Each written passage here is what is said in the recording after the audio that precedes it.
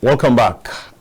We're still on the press, and I'm sure that for those of you who have been following me, we already went through a number of papers, the Tribune, Vanguard, Punch, Guardian, Whistler, and so on and so forth, about 9 of them. And most of the stories that led the papers are, there are a few that are common that dominate the headlines, like the 11,566 policemen that have thus far been withdrawn from VIPs, and who the police IG says have been redeployed. And then you also have Jonathan, he's safely returned from Guinea-Bissau, and of course a whole lot of tongues are wagging, AU, ECOWAS, and so on, condemning the coup in Guinea-Bissau. That's also a major topic for today.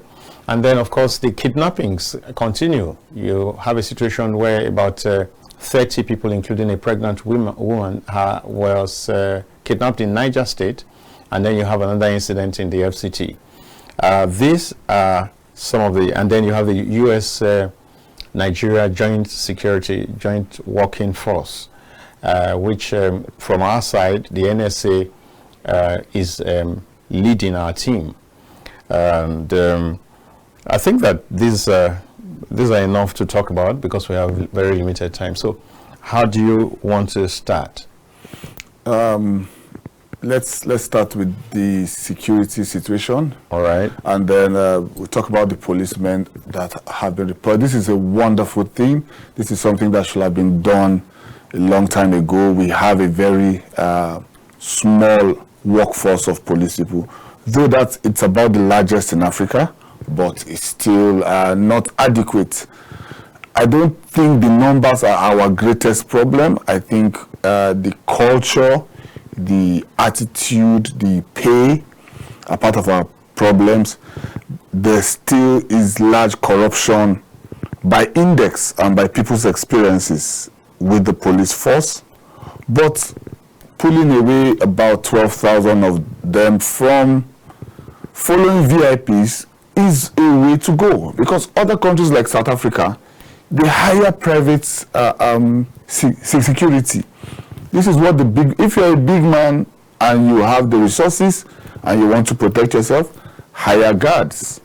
Let our forces face the country. So it's a good one. I only was not okay with the fact that the FCT minister is also seen as a minister, and then the police for him has been also withdrawn. I believe that the FCT minister is almost equated to a governor, so he should have that. Okay. So ministers, as we speak, don't have police people around them? Yes. Ministers are included? Yes, assistants. Wonderful. I have my concerns with that. Yes, I also do, but I don't think that, you see, I don't know whether we should be in the process of trying to solve one security problem. Create another one. Create another one. It's like digging a pit to fill another pit. The net effect is that you have not done anything. You have only shifted the location of the problem, because then there's a new pit here, but this one has been covered. So I don't know how that's going to work. That's one. And if it's only 11,000 policemen that are going to be withdrawn, I don't know what effect that will really have, because if we have 230 million people, and you have in the region of about 300,000 policemen altogether, I think that we should really be thinking of really upping our game in terms of numbers on the general. Like if we can go up to like 300, up to like 1 million. That's what I think. I do not know, but I leave it to you. By the way, TOBA OWOJAIYE is my guest this morning. I'm sorry, is my guest this morning. He's an engineer, but he's someone who's very passionate about Nigeria, and he takes it upon himself from time to time to intervene in these national issues, so that together, brick upon brick, block upon block, mortar, we can build a nation that all of us can be very proud of. So let me say welcome once again. Thank you very much. Sorry. Yeah, so I don't know how you look at it, but I think that it's a dangerous thing for people who are, one, politically exposed, two, who are exposed by reason of their role, duties, and who are high net worth individuals, to be left without any cover. If you ask me, that's like without any cover.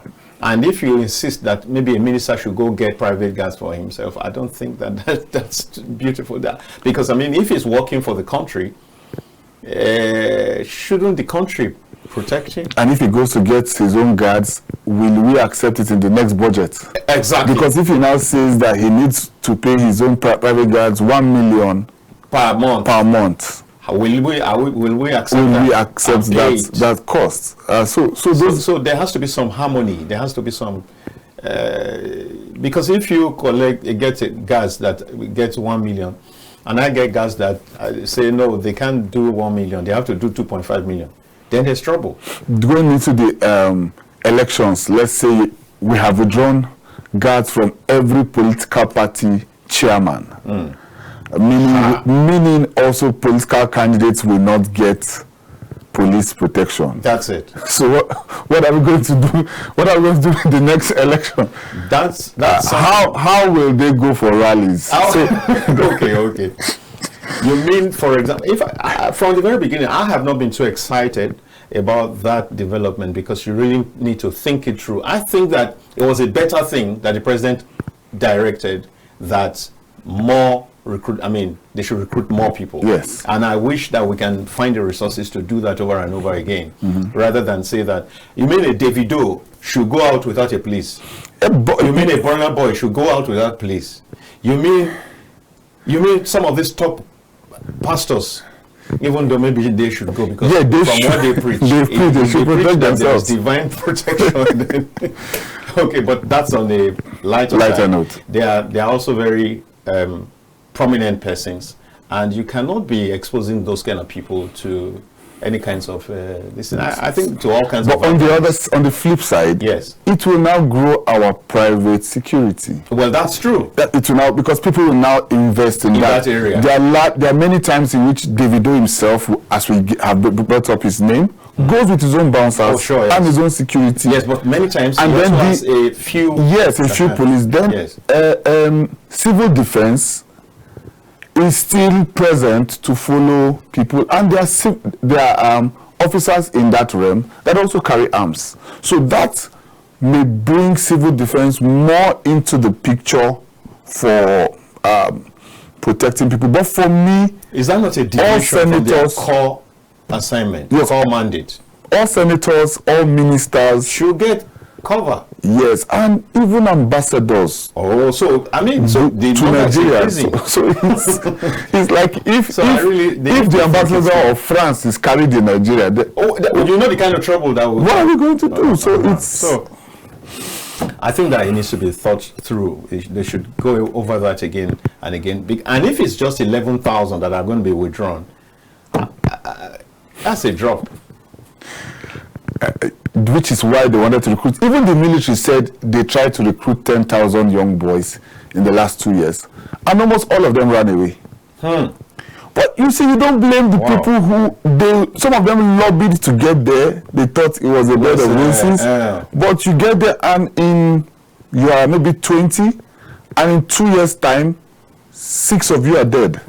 That reality check comes in, that this is not a bed of roses. They call their father back. This is that plan you have for your son to be a military man is not going to work. So these are the realities that are on ground. Even right now, a new recruitment is being pushed, and they are not seeing many names pop up, because nobody really wants to go and risk his. Yes, if we all know it's a death trap for 60% of the officers going, who wants to go? These are the tough choices that are before Nigeria. I'm loving the fact that Nigeria and USA want to partner. We should have the ground troops.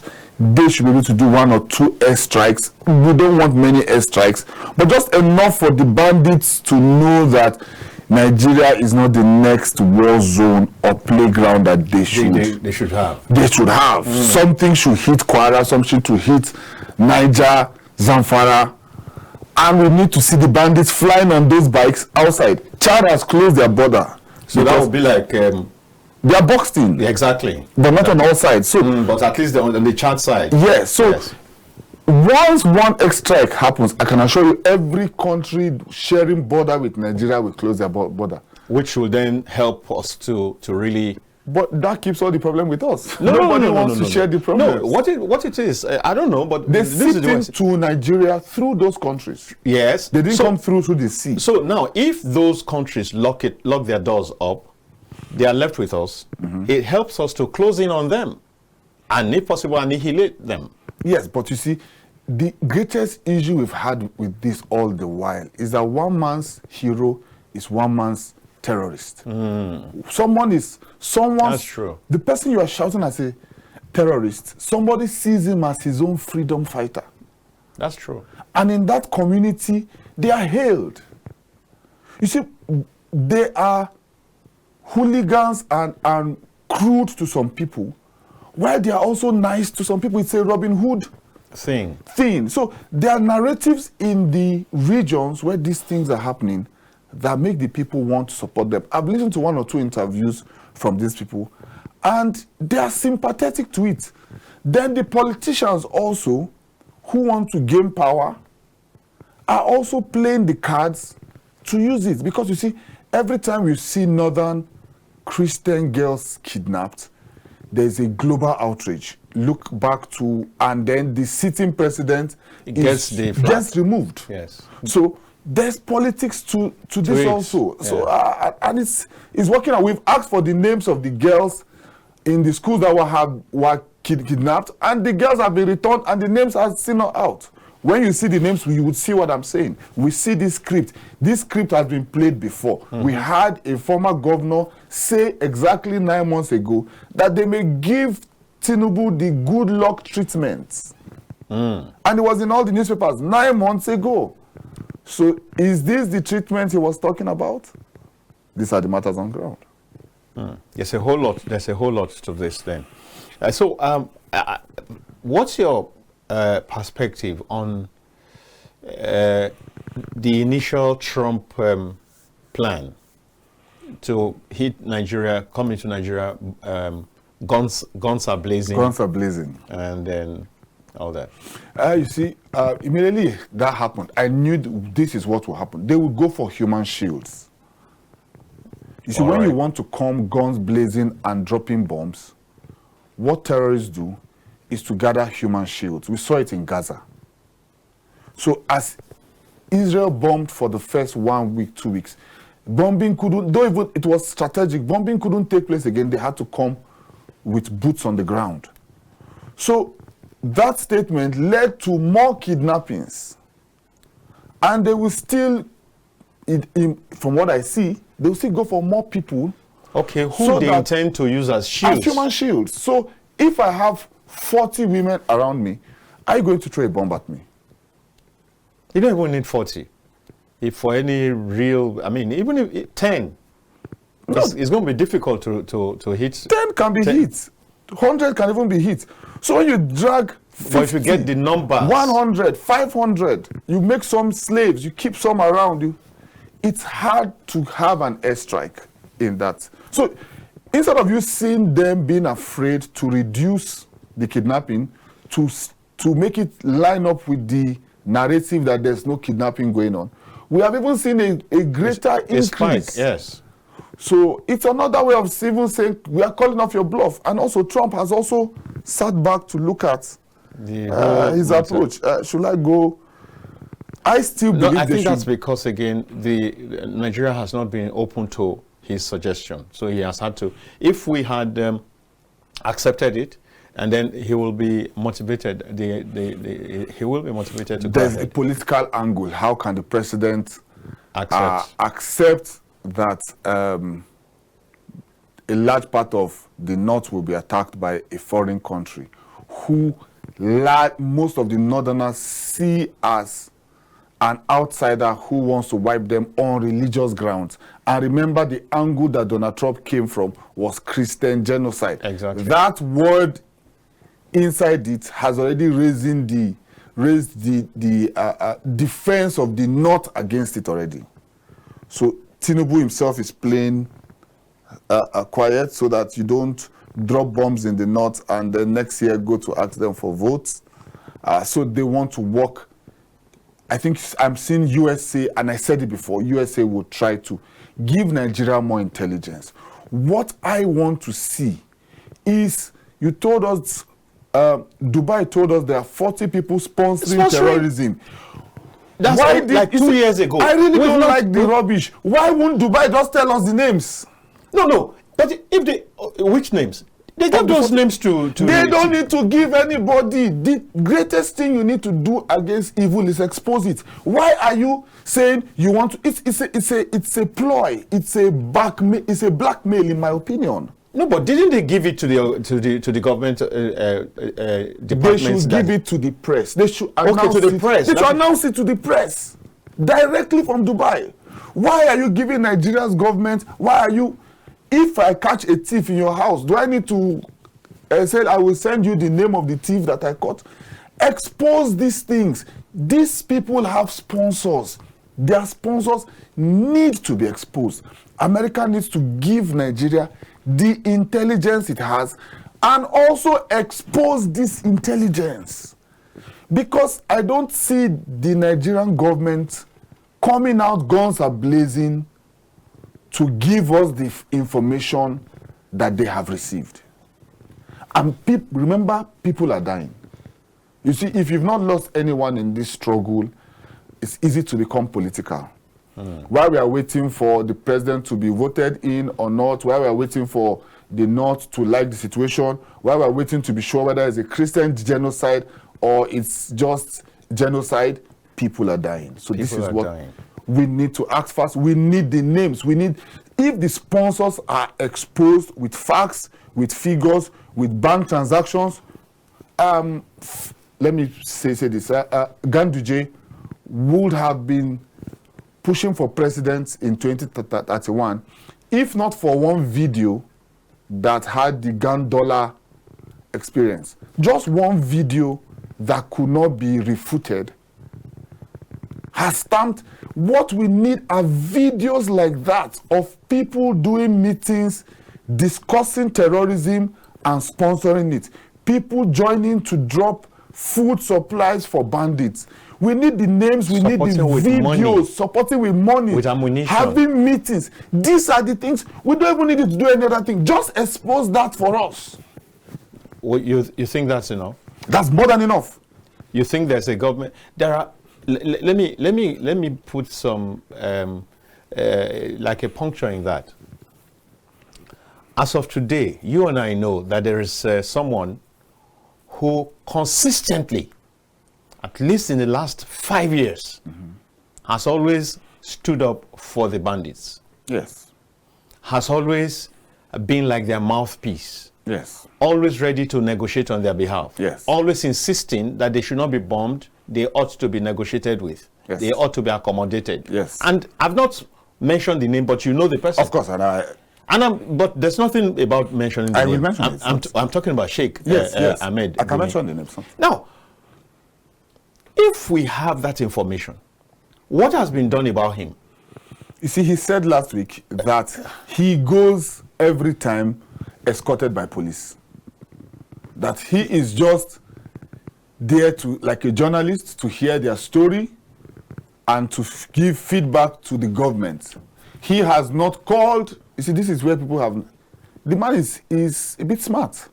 He has never called for more attacks on Nigeria. He has never called that the bandits should continue. He has only just given his opinion that they should be negotiated with, they should not be killed. This is because he has met them, he has met government. This is his opinion from these interactions. I do not agree with him, but he has met both sides, and this is what he prefers. You can't. Saudi Arabia has banned him from going to Saudi Arabia, yes. But they didn't arrest him. If you notice that, If Saudi Arabia wanted to arrest him, they could have just brought him in and arrested him. Why do you ban him if you can bring him in and arrest him? So even Saudi is careful. Are you fulfilling my point? Yeah. Saudi is careful how they handle this matter. Instead of allowing him come to Saudi, let's ban him from coming to Saudi. So it's a religious matter, and it's all a mix within that region, which is why I said exposing these things is best. Once you expose it, we will know those behind it. Knowing those behind it, that's why I brought up the Gumi issue. Yes. Although you have said, he says he has never really told them to continue. Yes. But when somebody says this thing will continue unless you negotiate with them, unless you provide them with some basic amenities, unless you can meet their needs and all that. Think for a moment. If everybody who is in a bad shape in Nigeria, whose income is not up to $1 per day, $1 per day. Yes, sir. If everybody in that region, in that segment, were to take up arms, who will be remaining? You see, he's buying in on part of what we already did as a nation in the Niger Delta. We had strikes in the Niger Delta. We had people being killed, but not this volume. Yeah. And Nigeria gave them amnesty. Nigeria took them abroad in their thousands. Some were bandits, some were military, some were political names slotted in. I know people who graduated from that and got jobs, they got money. He's saying what you have done here that has worked, come and do it here. Now the numbers are far more, the crime is far more. I don't think it is the right solution. I've said that before. Okay. I still maintain that. But he is saying from his time in this experience, this is what he prefers. So he's not easy to arrest on what he prefers. That's what I'm trying to say. If he prefers, and it looks like he's become their conscience, he's become their sympathizer, voice. A voice. I think that then you begin to look at the person more critically. Of course, which is why we say you must get intelligence. Because what we need, as far as I'm concerned, sorry, sir, what we need is a video or an audio beyond this. This is coming out to negotiate. Masking. Saying real stuff. That's why I risked to mention the gun dollar issue. One video settled everything. There's no day in which he's going to come out that video is not going to come out. So we need those kind of facts. And if America, I know they are the best in intelligence next to Israel and I think Pakistan. If they have those videos for us from drones, from bank transactions, things that cannot be denied, we need it. Not to Nigerian government. We need it scattered on the whole internet. Leak it through WikiLeaks. Let this information hold. Our Panama list is still our Panama list. Most of the politicians on that list have not been able to shake it off. No matter how innocent they claim to be, their names on those lists still stand as a dent to them. We need has it stopped them from getting jobs? I mean, political jobs. Political jobs, they contest, but most people on that list have not won anything. They contest every time, but the list, what I'm saying is, when you bring out those lists with evidences and videos, which I believe America has, America cannot come to Nigeria without facts. America works with most of the NGOs that they put here. They are not just going to villages to do health or all this stuff. They have people who are military inclined in the system, intelligence-wise, getting information that they need. Bring this information to the fore. People are dying. Let's stop this drama. It's getting too long. Well, let's stop this drama. It is getting too long. All right, so maybe we'll make some progress. But, of course, the security situation is really worrisome. And we do hope that something more concrete, something more with some push, with some bite, will get into the system so that we can truly breathe some fresh air. Because a situation where just yesterday again, people were kidnapped in Niger State, even in the FCT, leaves much to be desired. It looks like pouring water on the rock. It looks as if everything that's been done is not amounting to anything, and that's very, very, very unfortunate. But let's go to something else. Let's talk about Guinea-Bissau. Yes. Yeah, so a coup again in West Africa, and in a time when the world tends to celebrate democracy. What exactly is the special thing that is drawing West Africa or African nations away from democracy and making military rule more alluring? Is there something? Yes, there is. You see, democracy has not worked for us, to be honest. Even in Nigeria? Yes, even in Nigeria. Right. Democracy has not worked for us largely. In Africa, you see Paul Biya emerge for the 7th time. Paul Biya has been in government since 1982.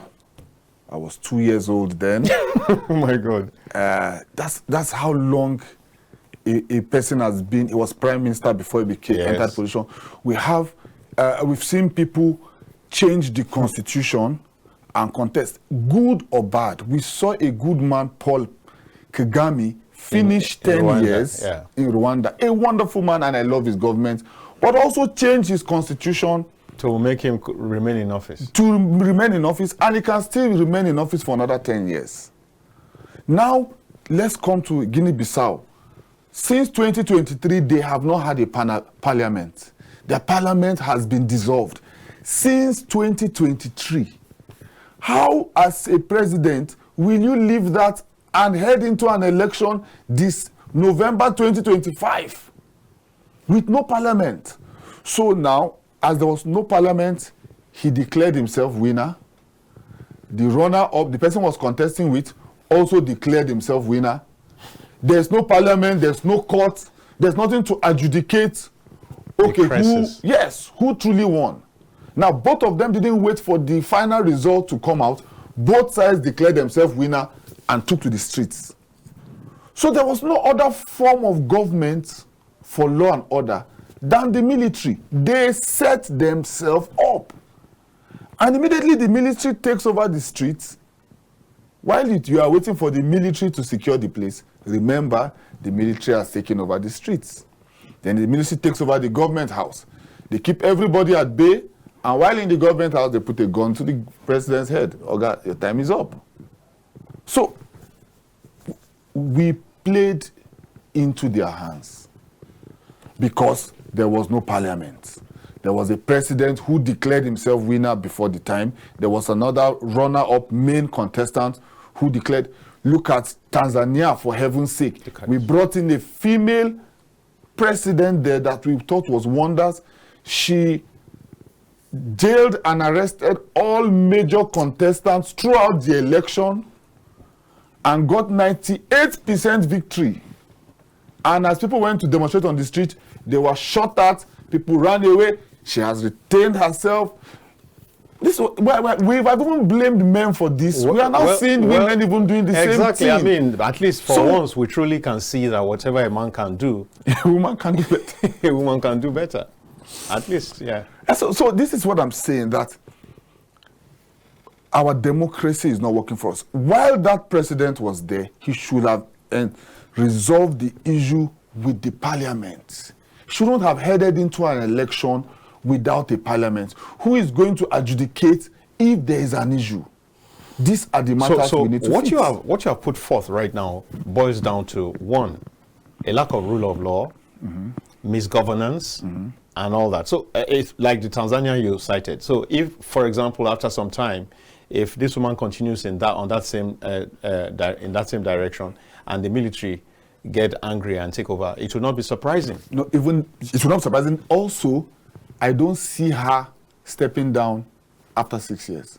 I see her rewriting the constitution to remain there. And then one day when the military, when the people rise up to fight her, and the military gathers to protect her, the military will now kick her out. It will just play out. Politics is simple, actually. So, what that suggests is that unless African leaders get their acts right and treat the people right, Yes.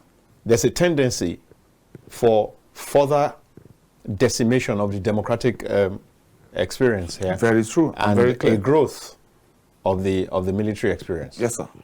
Wow. I don't believe that the guy in Burkina Faso, Captain Traore, is doing wonders. I don't believe it. But because he has removed a government and he's doing the charade and propaganda of a wonderful guy, and because people are actually tired of the democratic systems that have not worked, it is being hailed more outside his country than in his country. Because he too has refused to do any elections.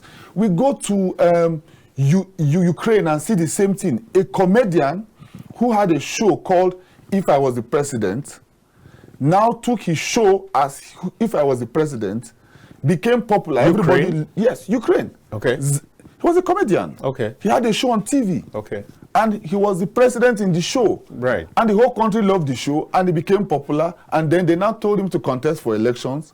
And he contested for elections. And he won. Now he's there.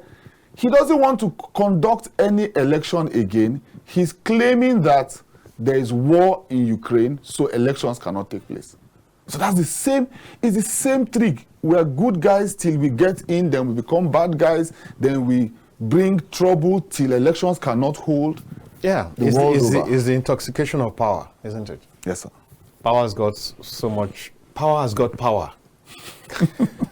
Power intoxicates. Yes, sir. Well, so I really do think that my guest is saying that leaders in Africa really need to wake up and smell the coffee and do the right thing. Very simple. Do the right thing. Just treat the people right.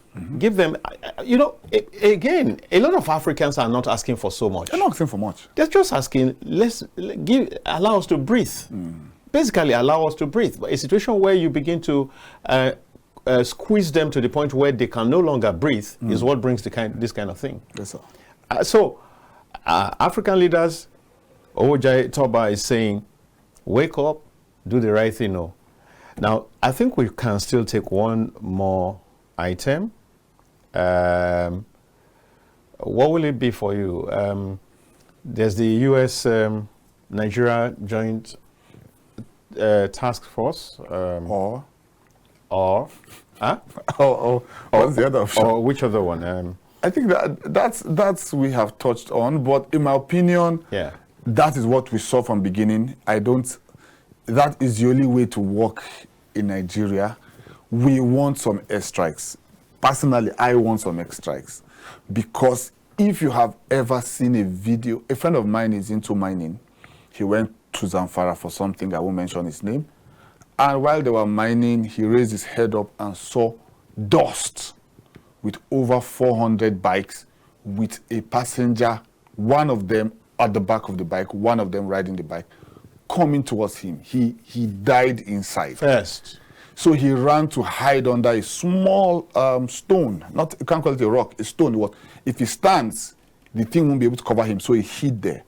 And when he raised his head, one of them had stopped his bike to pee.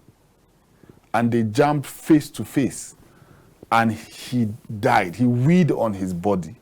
And the guy, instead of calling an alarm, when the guy saw the wee, he weed on his body instantly. The guy laughed, finished his own wee, and climbed his bike and went on. Left. My friend left mining forever. You don't mean that. So, you see, people have not met this.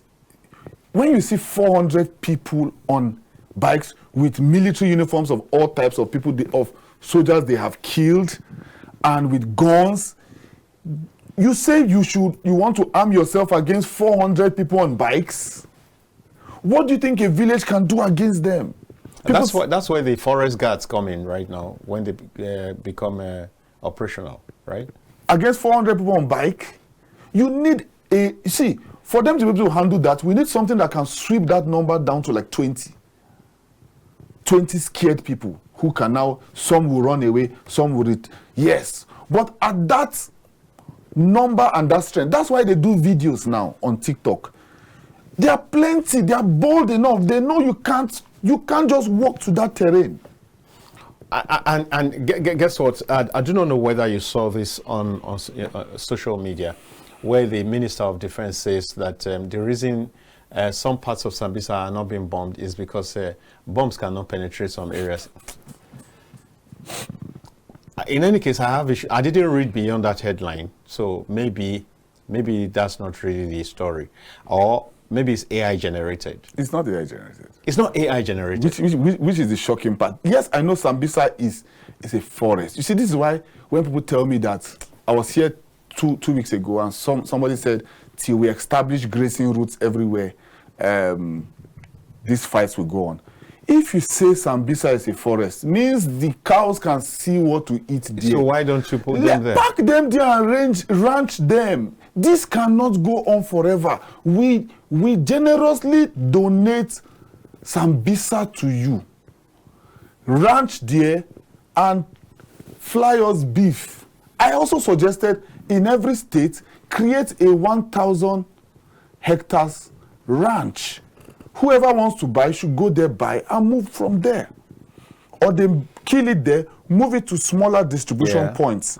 But we can't forever graze. We have to ranch one day. We just have to. It must happen. And I think this government is committed to doing that. From the National Council on Livestock Development I held in Adamawa the last 2 days, I guess it's close to yesterday, the focus, the thrust is that ranching will be phased out, clearly. And if you also see part of the directive, part of what the president said 2 days ago or 3 days ago, was that there's a need, herders should begin to end grazing. Yes. In order to move into ranching. So whether we like it or not, I do think that we will need to catch up with the rest of the world on that. We've been left behind for so long, and it's driving conflicts. It has caused a lot of killings, a lot of loss of lives and loss of farms, loss of even the cows themselves. And so I think that the way to go is just... Can I say a last word on that? Why not? This is the issue we are having here. You are telling the person who created the problem to create the solution. That's not how disruption works. If you had asked Nokia on whether they want to die or whether they want us to have a different OS, they wouldn't have told us, let's have a different OS. The people with the problems are not the people to present the situation. What the government needs to do is to allow every state have their ranching facility run by indigenes of that state. I don't believe that nobody in the whole of Osun State can rear cows if they are ranched and giving them resources. I think the same thing should happen in Akwa Ibom State. The people who are indigenes of that place should run the ranch. Because if we don't solve this problem from this place, tomorrow you will hear that the government has given another set of people 1,000 hectares in another person's state. This is another problem that will be another problem that will grow. So cattle is just a business like every other business. We cannot, for the sake of one business, kill our entire country. Not even business. Kill the entire country because of one business. We are eating the cows. We banned cow. People said don't eat beef. People kept on eating beef. Let's allow each state raise their own indigenous solution, give it funding, give it cows. This breed of cows being moved around cannot be ranched. That's the first problem. I don't want to come to that for now. It's long. These cows that are being moved cannot be ranched. They are not ranched. They are not ranchable breed. Their breed is resistant to disease, but they are lean and they are not ranched. They have to be. You need a large space. They graze. They've been used to that. Yes, movement. This is the breed. So other people need to bring other breeds that don't walk around, that are 10 times fatter than this breed. But those ones are not as disease resistant as this. But they stay in one place. And they produce more meat and milk. Yeah. We need to solve this problem. It's getting too long. The people with the problem cannot be the people with the solution. I think government also understands that, because from what they said, they are already working on revamping some 217 old ranches. Yes. Yeah, they're working on that. So, and they also said to the state governors, that our state governments, that please support whoever wants to set up a ranch in your area with land. So that means that they also understand that the states have a very critical role to play. But the part that you also added now is that it should be people from within that space. Yes, it should be indigenous. I'm afraid we have little or no time again. And incidentally, I was supposed to have Yahuza Getso via link, but unfortunately that did not eventually get up. Maybe some other time, Dr. Getso, we will get you in on the show, but today it didn't just work out. I hope you're doing great, and at this point I'm going to let my guest go. You have a last word? Yes, Nigeria is workable. I don't see we can fix our issues if we are sincere about it. But we are easily divided, which is what my fear is, that our religion, our regions, our political parties, our politicking easily divides us and makes it very hard for us to have a true solution to these issues. But the killings is going on unabated. The government is doing its own efforts. You cannot say they are without effort. You travel, I travel this country almost every week. I see security in places, under the rain, in the sun, in the dust, and we want to celebrate our forces, and we say they should continue, but this has to stop. The political actors pulling the strings behind the stage has to be exposed, whether they are within Nigeria or from outside Nigeria, and this has to end. We pray that this ends next year. Next year? Because I don't see hope of it ending this year. Yeah, we have just 1 month left in this year, so I think I understand with you. Well, okay, at this point we will go, and this is the last for the week. We look forward to having fantastic sessions from Monday again, and we look forward to having you there. But just before I go, remember that there will be polity and there will be Matters Arising today. These are programs you should not miss, and you can be sure that there are wonderful, great presenters, fantastic analysts on each of those shows. Please don't miss out, and tell your neighbors that the only place where it's really happening right now is Kaftan TV. No place like it. Yes, I agree. Right? I agree. All right. So my name is Dayo Mogo. My guest has been TOBA OWOJAIYE, engineer, public affairs analyst, passionate Nigerian, patriotic Nigerian, and I give it up for you. Thank you very much, sir. And bye for now. But just before bye for now, my team of my production team, thank you so very much for all you do. Bright, well done. Assam, thank you. Ephraim, you're good. You're great.